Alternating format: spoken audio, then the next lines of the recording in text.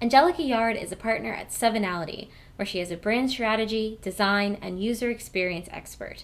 She helps communities, organizations, and individual brands achieve their goals and maximize their impact. Today, she's talking to us about taking the guesswork out of properly strategizing by utilizing systems, as well as increasing your MRR, utilizing reporting, and automating and pivoting your systems. So let's get started. Hi, thanks, Allie. I'm Angelica Yarde of Sevenality, and I will be talking about using systems in your WordPress monthly recurring revenue strategy. Because we all love systems, you can tweet at me at Studio44Design, use the hashtag WPMRRVS, as the fine people of the conference have been giving me giveaways, and tweeting is amazing, and Twitter's cool.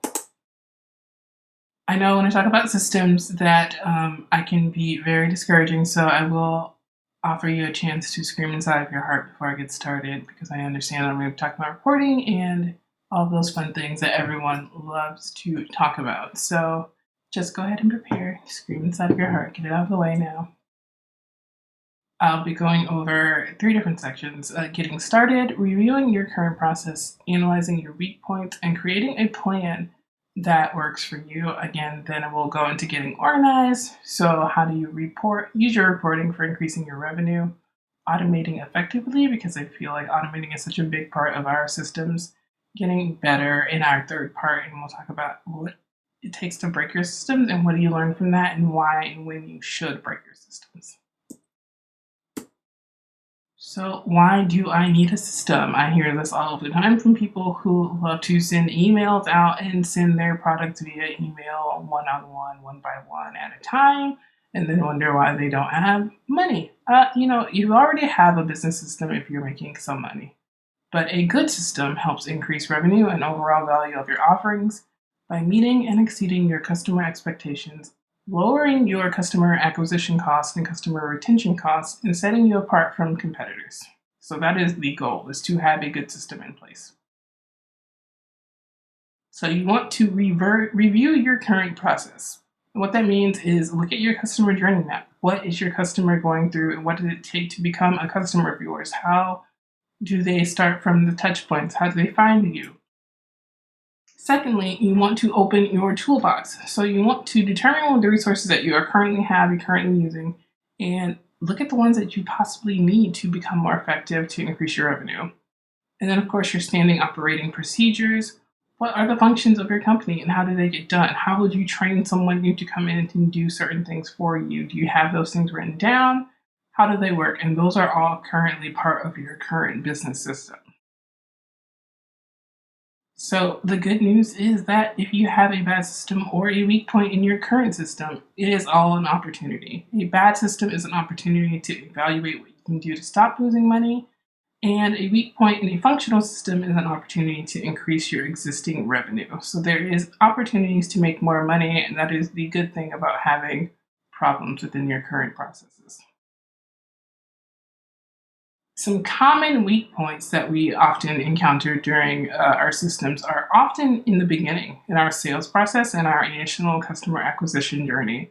I think we have all gone to a store, gone to a restaurant, visited an e-commerce shop where something happened in the very beginning and we left. Like we just walked away, we stopped, we closed the browser. This happens to many of us. The beginning parts, the follow-up, the lack of follow-up. There are so many things that happen in the beginning that help allow you to leave money on the table.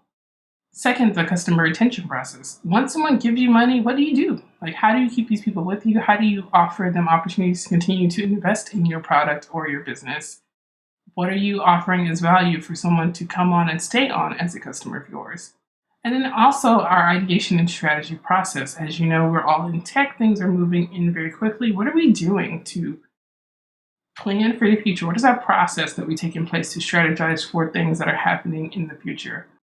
Our competition oftentimes is ahead of us by using their ideation and strategy processes and having a system in place to already plan for the future. And that is often where we tend to fail, and oftentimes we're left behind.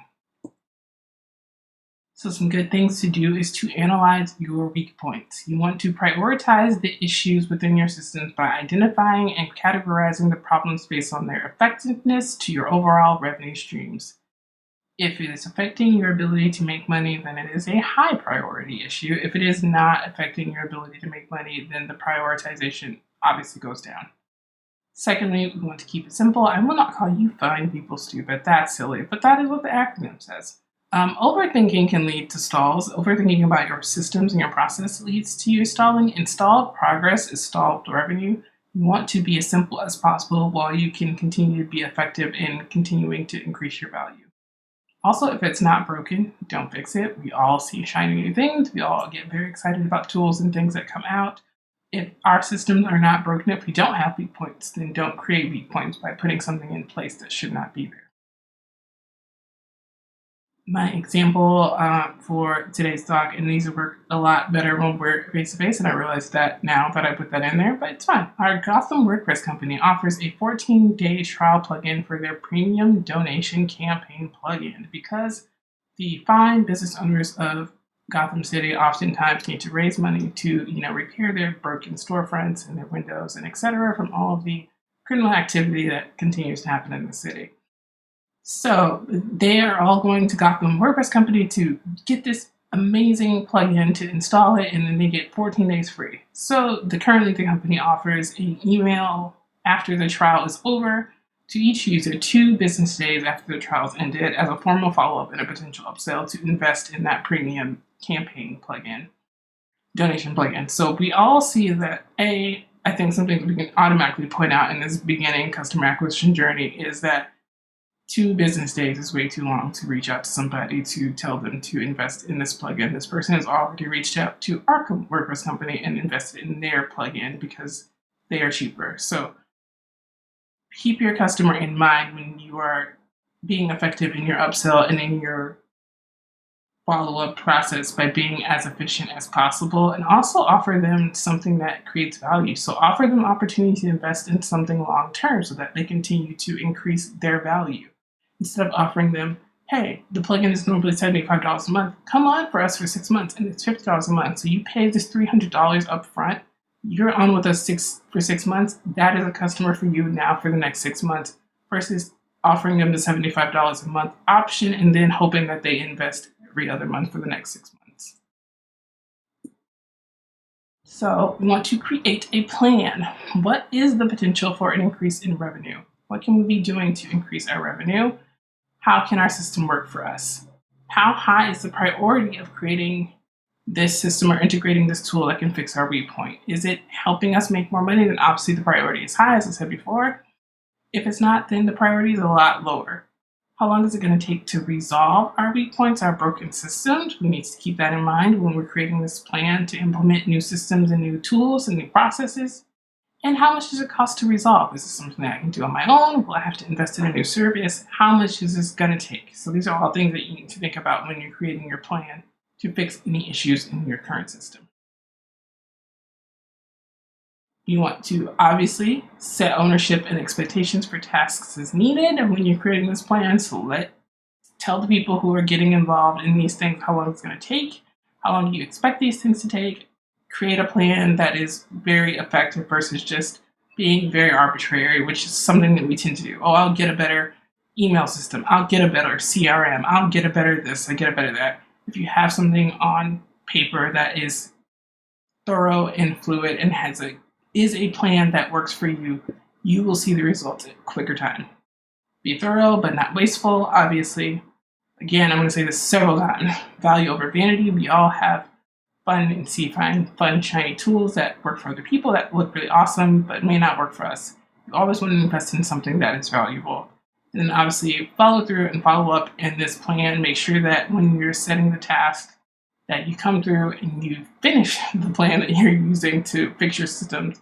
And then follow up after a couple of weeks. See how that system is working for you. Are you increasing your revenue by implementing this new system, this new change?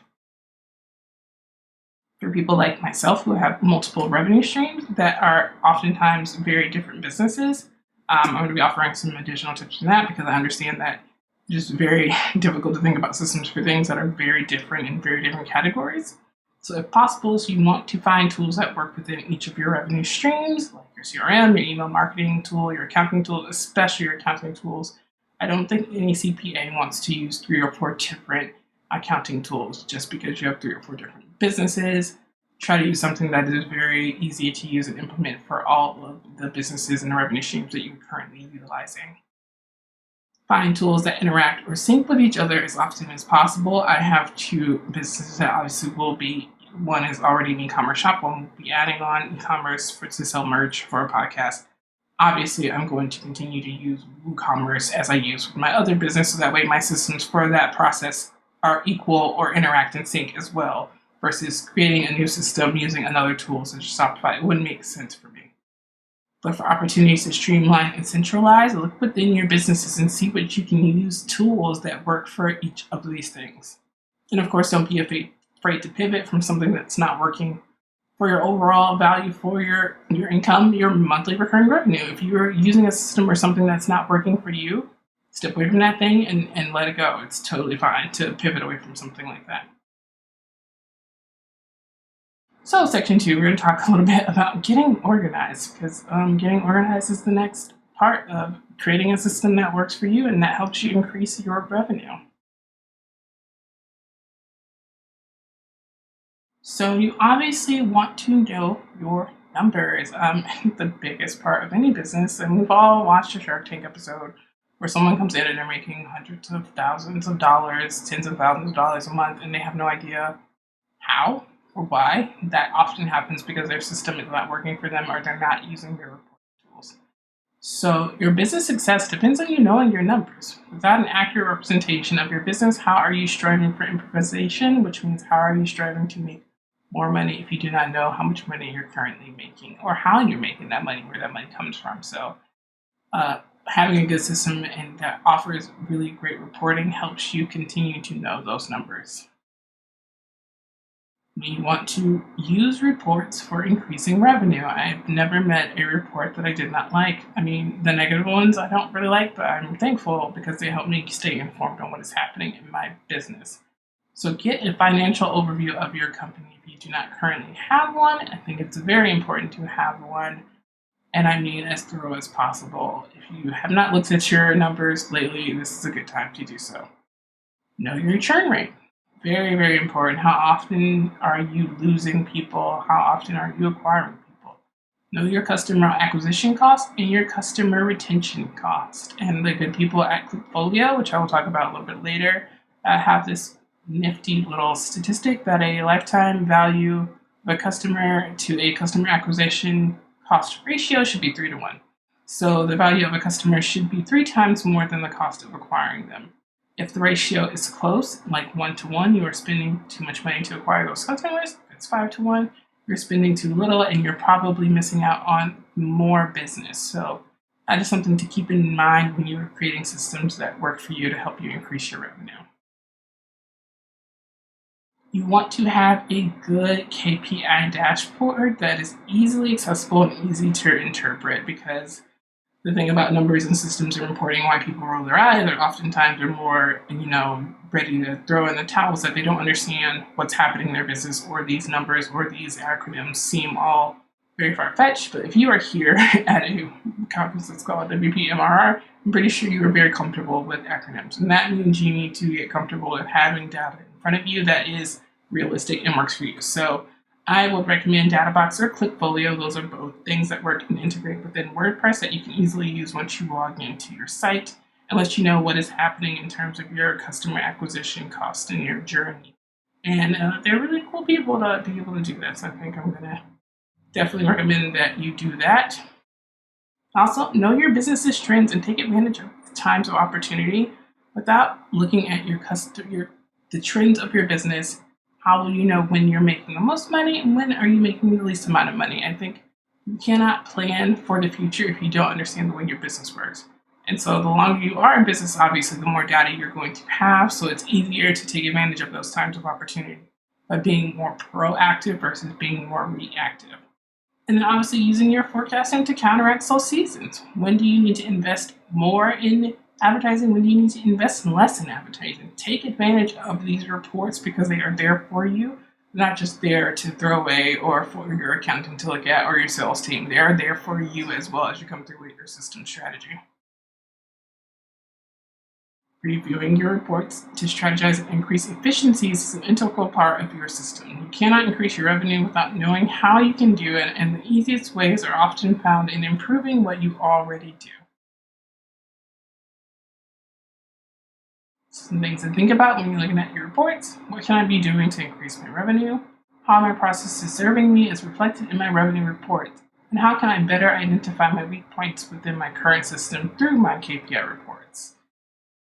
Again, your reports are, so important to go back and look through and see ways that you can continue to improve your business. So I recommend, again, having a dashboard that works for you 100%. We're going to switch up and talk a little bit about automations because I think a good part of having a good system is being able to automate tasks that are more efficient and more helpful in acquiring customers and obviously increasing the overall value of your service. And it can be done very well or very incorrectly. And so we use this quote from Bill Gates, regardless of how you feel about him, but it's very accurate. It's that automation applied to an inefficient operation will magnify the inefficiency. And I definitely have been a victim of that with some of the things that I've tried to do and offer. I love a shiny new tool. I'm definitely one person to kind of jump on something, but if it is not working in my best interest or my system is broken, it definitely shows where I have a broken system or a weak point in my system very quickly. So you cannot optimize your automation process without having an overview of your processes and their effectiveness. So going through these other steps is important to do before you start to add tools to automate your process. Or if you already are using tools to automate your process, go through these steps and see how you can better utilize these tools to be more efficient for you. You want to use automating tools that work for you and not against you. So obviously, something that is helping increase your value, not decrease your value or too difficult to use. Obviously, too much of a good thing can be a bad thing. Too many automations oftentimes may turn off your customers, depending on what you're selling, of course. There's definitely certain industries or certain products where more automations are more effective and obviously attract that type of customer. But for the most part, you still want to have a little bit of personalization and human interaction. Test everything before you utilize automation tools. Make sure they work efficiently because you may think that automation tool is supposed to work, and if you don't have it set up the correct way, like an email automation, as an example, it can be disastrous and it can lead to nowhere. And it can oftentimes lose you money. And then have a process for turning your automations off, especially when it comes to social media marketing and content marketing, because things are always happening in the world, and oftentimes, more often than not, there's been something very bad or something tragic that's happened, and it is very looked down upon to have automated tweets going off about your current, excited whatever sale if there's a tragedy that's happening. So it's just important to have a process for turning your automations off when you need to. Good automations are a critical part of sustained growth. You cannot grow your business without automations. I think at a certain point, you are just not able to do everything manually in your business. Again, keep it simple. We will not call you fun people stupid, but just keep it as simple as possible. And then invest in automations that are adaptive, accessible, and valuable for your business. Not every good tool is valuable for you, and that's okay. There are fine people who make amazing, many amazing tools. Not every tool is for you or your business, and that is okay. For people who have multiple revenue streams, again, patience is a virtue when it comes to automations. An organization in general, it takes a really long time to figure out what you're working with when you have several different types of companies. Set aside time for each revenue stream and go through your process and your systems individually versus trying to do it all at once. It will not work out that way, I promise. More often than not, there's no one size fit all option, so you will have different process for each of your revenue streams. Again, that comes with the territory of having multiple revenue streams and multiple different businesses. And then again, prioritize and strategize value over vanity. You do not want to use a tool that does not work for you. We want to invest in things that are working for all of our revenue streams. And that is very important key here. So the next step is getting better. So if you've done those other two things, you are organized, you just got started, you are doing great. We want to all achieve to be better at what we're doing. So nothing, unfortunately, lasts forever, and that is actually a really good thing. As your business becomes more profitable, you will outgrow your current systems, and that is good news. You have the opportunity to continue to strive for growth by taking what you already know, because we're all smart, amazing humans, and applying its scalability into a new, efficient format. So this is why reporting works. This is why good systems work, because now you have an understanding of what works, and now you can improve upon it to make even more money when you are at the capacity you should be or above the capacity that you need to be with the system you have. You're ready to invest in new, better, bigger tools. You already know what's working, so you can invest in those things quickly. This also works in the opposite way. Sometimes we are scaling too large too quickly and we need to scale down, and that's completely okay as well. And you may find an opportunity to scale down, rebuild, and reconfigure your strategy to the system you have. So having a good system for your business affords you the opportunity to take what you're doing and make it work on a larger or smaller scale. So you just know what's working for your business and you know when to scale back and when to scale up. So some things to do to break your systems, because it's important that you break your systems. It's not important that your customers break your systems or that your, partners break your system. You want to break your system. You want to know what you need to do to get new systems, fix your system, break them. So assess your new goals. Make sure you have your new goals in mind, what you're trying to do with your systems to improve them for your upcoming changes. Find your current weak point or clogs in your pipeline. See what's not working for you. And do not invest in a new tool until you're certain it will add value and not take away value from your business. Things sound great on paper. Will it actually help you make more money or be valuable for you or be helpful for you? If it's not either of those things, don't spend money on it. Refine your customer acquisition journey. As you grow, you need to be refining this journey every single opportunity you can. I recommend at least once a quarter going through and trying to make this journey as smooth as possible. Improve your customer retention journey. How can you continue to have these customers who are enjoy your service or your product so much that they are consistently referring other people? How are you improving that journey? Create meaningful, lasting customer interaction. So how are customers interacting with your business? What is the process like for that? How can you make it better? And also, take advantage of growth periods by investing in current customers. So when you are doing well, take that time to invest in those people who have gotten you to where you are and making sure that your service works best for them. Make that system more efficient. Take advantage of investing in tools that may work better for you. And also, we always want to drive higher conversions. That is always the goal, is that you want to increase your revenue. It's also important to know that we are in tech, most of us are using tech, but we need to be able to move quickly. Things are changing at a rapid pace, and it is so important to work with your competitors by moving quickly. So make time for settling into a new process or tool. Make sure you strategize when you're going to bring this tool on, how long you're going to have the intro period, and how long is it going to take for it to work for you. Set realistic goals for a tool's ability to improve your system.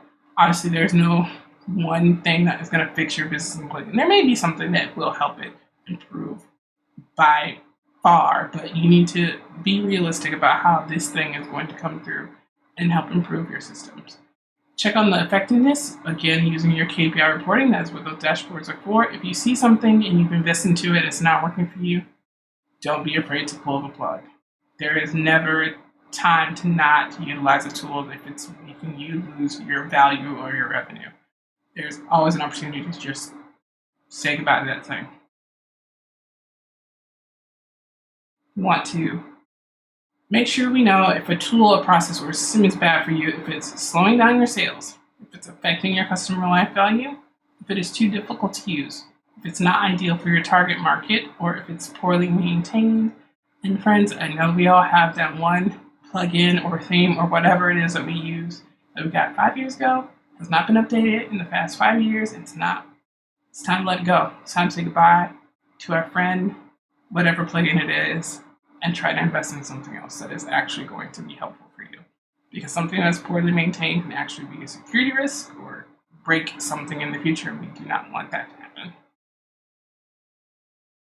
And of course, everything takes time. Your company's journey will have ebbs and flows. Learning what helps it operate at its best capacity throughout change is what good systems help you do. And that is truly the goal of a good system. You want to be able to operate at 100%. You want to be able to move forward. Your flexibility and readiness to do what it takes to keep your MRR steady and increasing is what helps transform a good system into a great system. So a system is nothing without the person behind it, the people behind it. So make sure that you are willing to do what it takes and that you're willing to be adaptive and ready to change and be efficient and effective and invest in things that are working best for your business. And I think you are the best part of your system. So congratulations on making it this far and being, part of your company's revenue journey. Like, you are the biggest part of why your revenue streams are existing. So some key takeaways, your MRI goals can be achieved with setting up systems that work for you. Obviously, you're here, so you're already doing something amazing by investing in yourself. Value over vanity, I'm always going to say this, that is my key takeaway here, is always invest in tools that are more valuable for you. Not every tool is for your business. Do not be afraid to pivot away from something if it is not right for you. That is fine. There's no one that's going to come shame you if you stop using something because it doesn't work for you. Invest wisely with an increase in value in mind, and your systems should help you increase your MRR. That is the goal here. You want systems to help you continue to increase your revenue. So that is it. Thank you guys for hanging out, and these are all the places where you can find me, and I'm so happy to talk to you guys and answer your questions.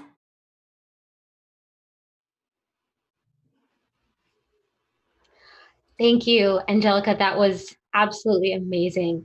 Make sure that you go ahead and leave any questions that you have for Angelica in the chat, and we're going to get ready to answer them. Angelica, thank you so much for being here with us today. Are you ready to get some of these questions answered? Yes. Thank you so much, Allie. I'm so excited to be here. Awesome. Cool. Let's dive in. So the first question that I'm seeing is from Nick Adams. Hi, Nick. How do you decide when a system is better than a manual action? And are there times when manual is actually better? Yeah, I mean, I think if it's taking more time, a lot of time, I measure things on time and the value that it brings to what we're doing. So if it's increasing the value or the revenue, or if it's taking less time, oftentimes I'll invest in a system, especially if it's something that works well and is, established, or a tool. And then a lot of times manual, I'm a designer by trade, so I do a lot of manual work still within my business. We still have service-based clients. So I definitely think there's some things that you can't automate. Like, obviously you can templatize things in design. A lot of times for clients, we do a lot of templatization for social media, for our social media clients. But at times there will be things that pop up that are emergencies, like I talked about in the talk, like things that just happen in the world and events, and especially now with COVID and things always changing with the law and current events. So you just need to take a step and see how much time it's going to take you and how valuable it will be. Like, what's the ROI? What are you getting from doing taking a manual effort versus doing systemized effort. So I hope I helped a little bit. It's so hard when we're so broad about systems because they can be talking about anything. And I saw someone in the comments talk about like our chores and things, and everything we do is a system, and it's so true. Like, it's just such a broad term. So absolutely. No, I think that's a great answer. It's one of those it depends things, right? It depends on how much time you're taking versus how much time you could potentially be saving. That makes total sense to me personally. Next question from Dan. I'm not sure if it's Danielle or Daniel, but they've been asking a lot of questions, so thank you. From my experience, automation breaks a bit too often and I get frustrated. Do you have any tips to make automation more reliable? well, I totally can relate. Like, there are certain things that don't work for me. And as I've gotten into more doing my own product shop and having my emails automated to my customers, I have had them break down, and I've had to send manual, like one-off campaigns, which is very frustrating. So what I've gone is just take time aside during your week and your schedule and put time aside to kind of test your automations as often as possible to make sure that they're going thoroughly. So we all have several emails, test emails, anything that you're using, just go through the process yourself as if you are the person that's receiving the automation to make sure that it works well. And you're gonna have to test these things often. Unfortunately, systems do break, things do break. With WordPress, we may have plugins that may counteract with another plugin that makes something not work. An update may happen. And so we need to make it a priority to go in and just test our automations often. But I totally understand. It's so frustrating when things just don't work. Yeah, I agree. And I remember somebody once said to me, the only difference between a human and a computer is that a computer can just do something faster, which in my mind, the computer can break something faster. Yeah, oh, exactly, exactly. Yeah, we have to just be aware of that, and it kind of comes with the territory, right? Totally. Awesome. So next question is from Dave. Dave asks, can you elaborate on during times of growth, invest more in your customers? Invest in what? Tools, services, and then they say thanks. Thank you, Dave. Yeah, definitely. You want to invest in your customer's experience. So everything that they touch, how do they touch your company? How do they interact with you? How's the process with their shopping cart? Is it seamless? How is the process when they're reaching out for help? Like if they're reaching out to your customer service desk, how is that helpful? You want to take time to make sure, again, I know I'm saying going through the process, but we have to go through the processes for a customer and see what frustrates us or is on our own end. Like we've all had an experience with something, with whether it's Apple or whatever we're using our systems, or a store or a restaurant where we've gone in and we've just had something happen where we didn't like it. I always like to go through things that I've done myself and write down what I didn't like about an experience. So that way, when I'm creating experiences for myself or for my clients, or giving them this strategy for themselves, I'll say, okay, so what happens when you go to like, especially right now with COVID, and we had the one-way signs at Publix. You're from Florida, you understand, you remember like the one way in, one way out signs to keep people out of the aisles.